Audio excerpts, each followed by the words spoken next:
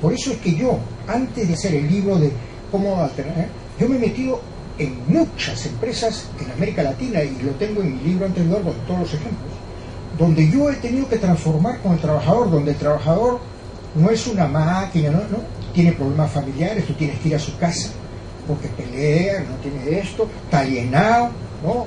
Se emborracha, no llega el lunes, o sea, no es pues un factor productivo, no es un homus económicos, es un hombre integral, ¿no? Y yo he hablado, por ejemplo, con zapateros, ¿no?, que venían de la tradición española anarquista, ¿no?, y me llevaban a sus fiestas, ¿no?, donde bailaban el son con zapatos aparillados y todo eso, y eso forma parte de su vida.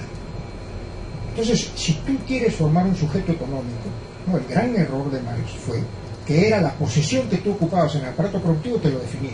Y yo he conocido pues trabajadores de lo más reaccionarios que pueda haber, y hasta machistas, ¿cierto? Por supuesto. Entonces, tienen el potencial de ser revolucionarios, pero tienes que dar una visión integral, política, cultural, etc., pero partiendo de sus problemas y no de la cabeza de los cuadros. Los cuadros son lo más metafísico que puede haber. Yo tengo otra palabra, son onanistas.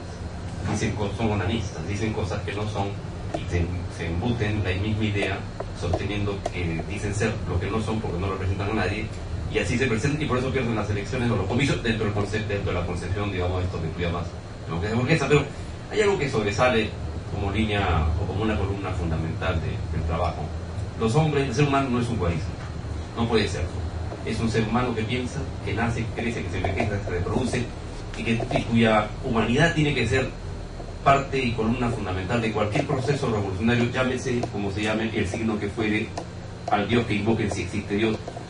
Y tú has mencionado una palabra que tuvo mucha vigencia hace ya una treintena de años, pero que merced a tu trabajo vuelve a ser interesante. Y para eso voy a citar algunos ejemplos, que no son nada lejanos de la realidad.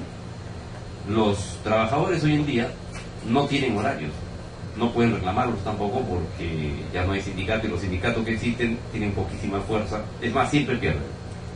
Y a veces no lo es tanto por la falta de justicia en sus reclamos, sino porque los líderes pactan debajo de la mesa todo tipo de tramoyas, lo cual es una tradición, pero siguen siendo líderes y viven de eso hasta que envejecen. Otra fórmula es que los trabajadores hoy tampoco tienen salida, y si reclaman, pertenecen al índice o los votan. O por ejemplo, como está ocurriendo hoy día en algunas entidades financieras, los contratan por una determinada cosa y en el camino deciden ser otra, y no les pagan por ser otra cosa, y empiezan a votarlos.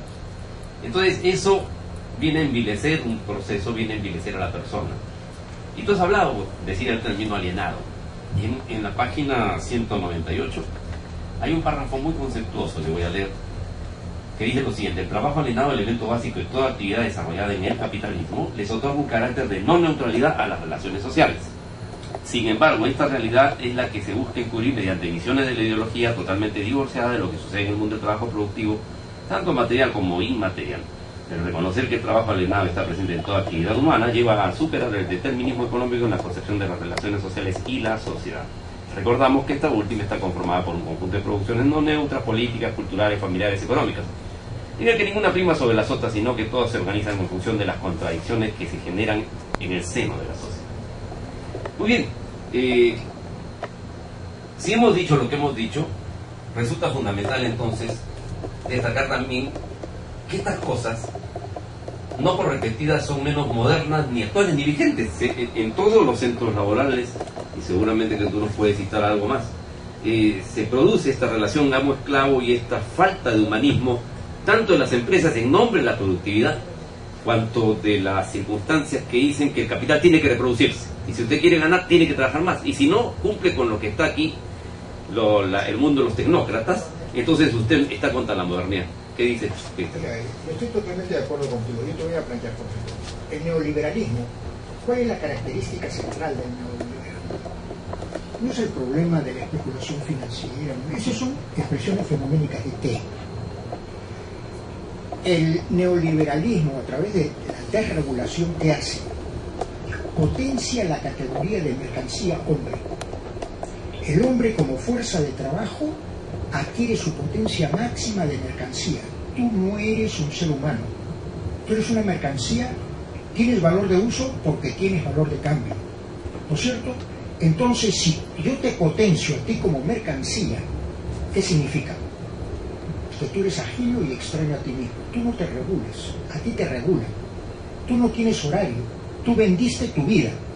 Antes, ¿no es cierto?, en el capitalismo de la producción en masa, previo al neoliberalismo, los famosos 30 años dorados de Roosevelt, etc., tú tenías 8 horas, tenías seguridad social, tenías, ¿no?, te aseguraban tus servicios.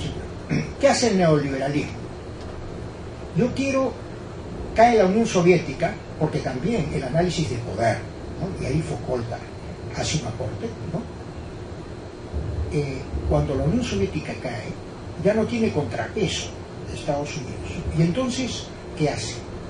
Quiere aumentar su tasa de ganancia. Y para aumentar su tasa de ganancia, tiene que potenciar la categoría de mercancía ser humano. Entonces tú tienes que trabajar mucho más, porque si no trabajas te voto, pues, ¿no es cierto? Rompo los sindicatos, ¿no es cierto? Te quito seguridad social porque tú como mercancía a mí me sirves, ¿no?, en cuanto puedas darme más plusvalía. Entonces el neoliberalismo, ¿no?, es pues la explotación máxima del hombre, ¿ya? Y por eso es que uno está contra el neoliberalismo. Potencia el trabajo alienado, porque nunca, más que ahora, el hombre es ajeno y extraño a lo que produce. ¿Y cómo se expresa a nivel ideológico? Por eso es que yo ligo la alienación y la ideología, cosa que no ligan los marxistas, ¿no es cierto? El trabajo alienado te produce una visión distorsionada de la relación entre los hombres. Tú ya no ves relación entre hombres, sino relación entre cosas. Te ha cosificado a los límites máximos. Entonces, que los viejitos se mueran, ¿qué diablo, pues? Que el minero muera a los 36, ¿qué diablo, pues, hermano? ¿No? Que se muera el hermano del ex con 1.500 millones de dólares de herencia, ¿no?, en un país donde la mayoría de la gente se muere, ¿no? Entonces, eso es un poco... Bien, 4:27 la hora oficial en todo el país. Breve pausa y retornamos con más.